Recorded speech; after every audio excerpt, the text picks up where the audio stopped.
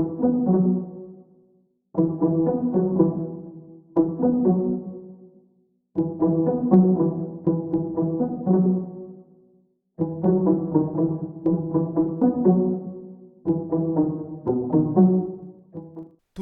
ny famaly teny an-tsena no avy hatrany nitsindrona antsy ilay tovolahy anankiray izay ny famaly taminy.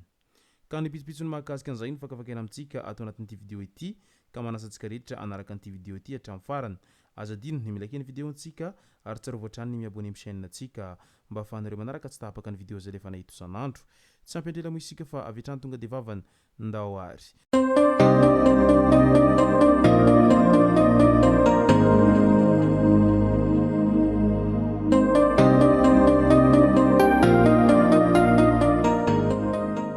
Ny tonga tsy miarahaba hono na mantesitra ka dia faly miarahaba isika rehetra mpanaraka tsy tapaka an'ity chaîne ity tenako amin'ity androandroany ity.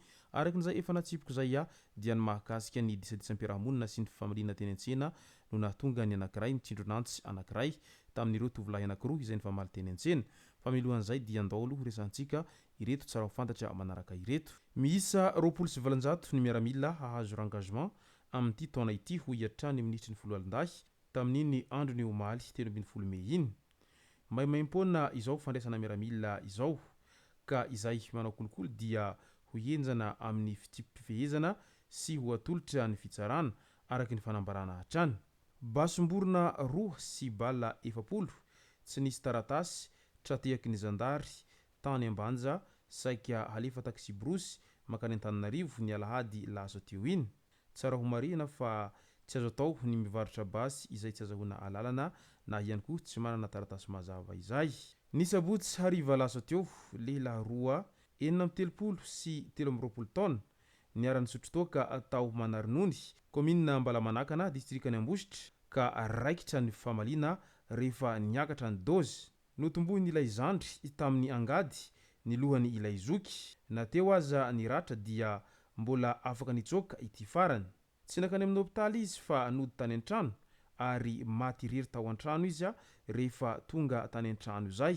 Ny alady maraina vao hita izy izay efa maty tsy misy aina intsony. Taorian'izay dia tsy maintsy misamborona ilay namono azy izany hoe ilay rahalahiny ary nanaovana fanadihadiana mahakasika an'ity disadisa izay nataon'izy mirahalahy ireto. Ka ny havatra ny ninona ny atezerana ny ninona ny tsy fitovian-kevitra ao anatin'izay resaka fisotrosotrona izay dia tokony samy hezaka ifehtena avokoa satria ataoko fa efa sambolon-dehibe fa rehefa tsy zaka ilay toka ny tsaratsara angamba dia tsy misotro mihitsiny fa sao dia hiteradoza ho an'ny hafa na ihany koa hiteradoza ho an'ny tenanao. Mpikambana eo anivon'ny gouvernemanta maro ny efa miatrana any Toliarany izay faritra tsy mandrefana hiatrika ny filan-kevitry ny ministra isam-paritra izay hatao amin'ity androandroany ity. Anisan'ireo ny ministry ny serasera sy ny kolotsainy sady mpitondra tenin'ny gouvernemanta Mara Volamberanty Dona. Nitava tamin'ny mpanao gazety tany an-toerana ity ministra ity tamin'iny andro ny omaly 13 Mey iny. Tamin'izany no nanaova ny fanentanana ny voaka malagasy manerana ny nosy handray anjara mivantana amin'ilay faninanana fahadiovana. Natao ho an'ny faritra 420 io faninanana fahadiovana io araky ny efa natsidiky ny filoham-pirenena Andry Rajoelina hatrany.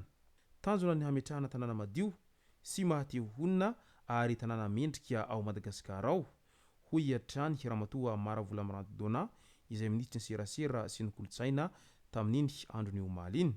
Ity faninanana ity dia fanatsarana ny firafitry ny tanàna sy ny fahadiovana isaky ny renivohim-paritany. Izany hoe tsy ho any Antananarivo renivohitra irery no manao ny ezaka fa malagasy rehetra ao Madagasikara dia tafiditra ao anatin'izany avokoa araky ny nambarany hatrany. Marina fa hisitraka fankasitrahana sy valisoa ny tanàna mendrika indrindra. Koa samiara miezaka manadio araky n'izany mba hisitraka an'izay valisoa ho amin'ny tanàna mendrika indrindra izay. Any Toamasina indray tao Mangarantao trano iray no nisy namaky tamin'iny andro ny aliny afaka omaly iny tokony ho tamin'ny 12 ora sasany tany hoany. Tao Mangarantoamasina moa ity trano ity no nisy niditra ankeriny izay. Misa 3 ireo jiolahy izay nanatanteraka ity fanafihana ity. Ny iray ny andro teo velany, ny roa no nitsofoka tao an-trano. Vetivety ny namakin'izy ireo ny varavarana ary avy hatrany dia nifanena tamin'ny mpanampy tao an-trano izy ireo. niezaka niaro ireo mpampiasa azy ity mpanampy ity raha nanotaniny ireo jiolahy hoe aiza ny olo-dehibe ka namaly izy ary nilaza fa tsy eo izy ireo. Nodarohan'ireo jiolahy izy niezaka nanizingizina hatrany ity mpanampy ity rehefa nanotaniny izy ireo saingy novelezin'izy ireo tamin'ny barapince. Ny hafarany moa dia niteny ilay mpampiasa fa ao amin'ny efitrano ny fatoriana izy ireo.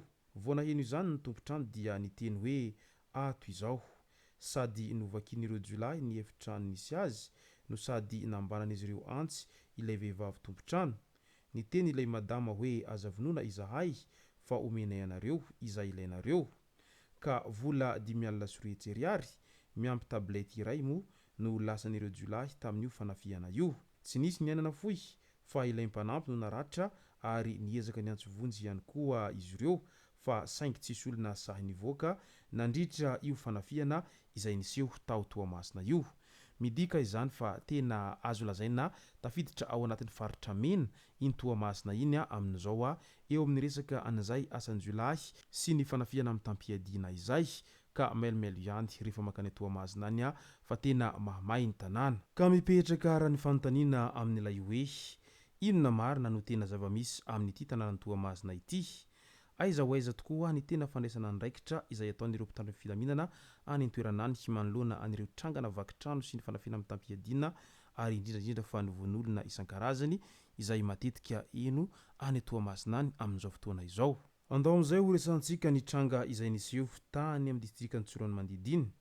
Tovolahy roa izay nifamaly teny an-tsena tao Bejofo, Ankadinondry, distrikany Tsiron'ny Mandidy ny alahady lasa teo iny. Tonga dia nitsondrominy ilay iray izay 7 taona tamin'ny antsy ny fony ilay iray izay 17 taona. Vokatra izay dia namoy ny ainy ity farany taoriana izay tsindronantsy izay nahazo azy zay.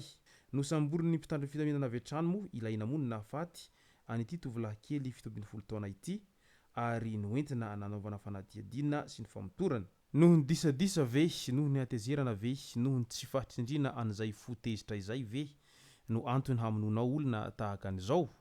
Ka ny afatra tezao amin'ny lalana tokony hizorana ihany ny ankizy ray aman-dreny ary omeo azy foana izay fahalalana sy ny fahaiza mandefitra izay, fa ny fotezitra tsy nanandrariny ka izay indrindra no mahatonga rehefa tezitra na ihany koa rehefa misy manao zavatra manafitohy anao dia ny tsaratsara aminao dia misindaka kely aloha fa tsy avy hatrany mifamaly, fa raha toa ka tsy voatsindranao izay fonao tezitra izay dia mety hitera-doza ho an'ny hafa ary mety hitera-doza ho anao ihany koa. Izay sy zay no masaka azo naroso tao anatin'ity video ity tompoko lasy tompoko vavy. Misaorantsika rehetra nanaraka an'ity video ity hatramin'ny farany. Azadino ny milaiky ny video antsika ary tsara voatrany miabone amin'ny chaîne antsika mba ahafahanareo manaraka tsy tapaka ny video zay lefa nahita isan'andro. Tompoko lasy tompoko vavy mankasitraka dia marary soa.